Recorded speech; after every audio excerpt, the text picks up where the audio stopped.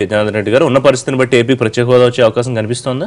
ఇప్పుడు వాళ్ళు ఇయ్యనని చెప్పి నిన్ననే జైట్లీ గారు కూడా స్పష్టంగా చెప్పినారు కదా. ఆయన ఏమంటున్నాడంటే మీకు నాయకులు అంటున్నారు కేంద్ర మంత్రులుగా ఉన్న తెలుగుదేశం నాయకులు ఖచ్చితంగా వస్తుంది, ఇది వేరే దృష్టి అది వేరే దృష్టి. వాళ్ళు ఒకటే అడుగుతున్నారు, వాళ్ళు ఒకటే చెప్తున్నారు, అంతకు తగ్గకుండా మీకు ఫైనాన్షియల్ బెనిఫిట్స్ చేస్తామంటున్నారు. అది ఒక అందుకు మంచిదే. జనార్దన్ రెడ్డి గారు ఓవరాల్ గా రాష్ట్ర విభజన తర్వాత ప్రజలు ఏదైతే పెట్టుకున్నారో ఆకాంక్షలు ఆ దిశగా తెలంగాణ ప్రభుత్వ పాలన ఉందా లేదా? లేదు. ఎందుకు? ఇది ప్రజలు కోరుకున్న తెలంగాణ ఇది కాదు. ఇలా ఈయనకు ఒక మంత్రివర్గం అనేది ఒకటి ఉంది, మంత్రులంతా డమ్మీలు, సరైన కుటుంబ సభ్యులు విడిచిపెట్టి మంత్రులంతా డమ్మీలు అయినప్పుడు ఏ విధంగా పాలన సాగుతుందండి? ఇబ్బంది పడతారా? మీ సహచరులు చాలా మంది ఉన్నారు. ఉండనియండి. ఏ మంత్రి ఇంతవరకు ఒక 100 రూపాయలు శాంక్షన్ చేయించిన మంత్రిని చూపియండి.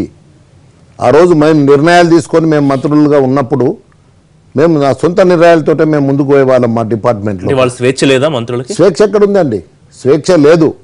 ఇంకొకటి ఎక్కడ కూడా ఈ యొక్క ముఖ్యమంత్రి గారు ఈ యొక్క పరిపాలనను ప్రజారాజ్యకంగా పాలించడం లేదే కాకుండా ఇప్పుడు ఇక్కడ అధికారులకు ఎవరన్నా సలహాలు ఇవ్వడానికి వస్తే అంత నాకు తెలుసు.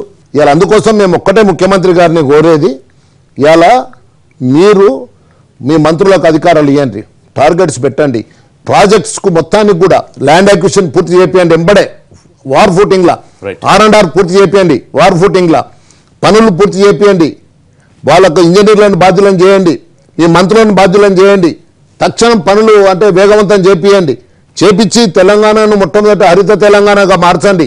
ఇవాళ రైతులను ఆదుకోండి, రైతుల ఆత్మహత్యలు ఆపండి, విద్యా విషయంలో KG to PG ఏమైంది చెప్పండి.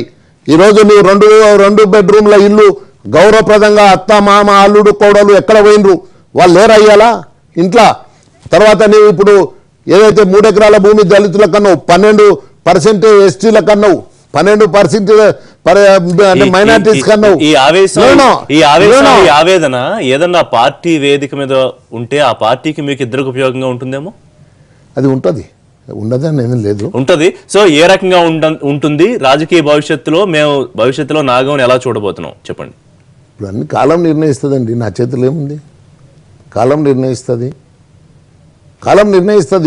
కాలం ప్రజలు కోరుకున్నది కాలం నిర్ణయించింది, నా అభిమానులు నిర్ణయించేది. ఇలా ఈ తెలంగాణ అభివృద్ధి కోసం తెలంగాణను బచాయించుకునేటందుకు ఇలా ప్రజల మాటను శిరసా వహిస్తాను.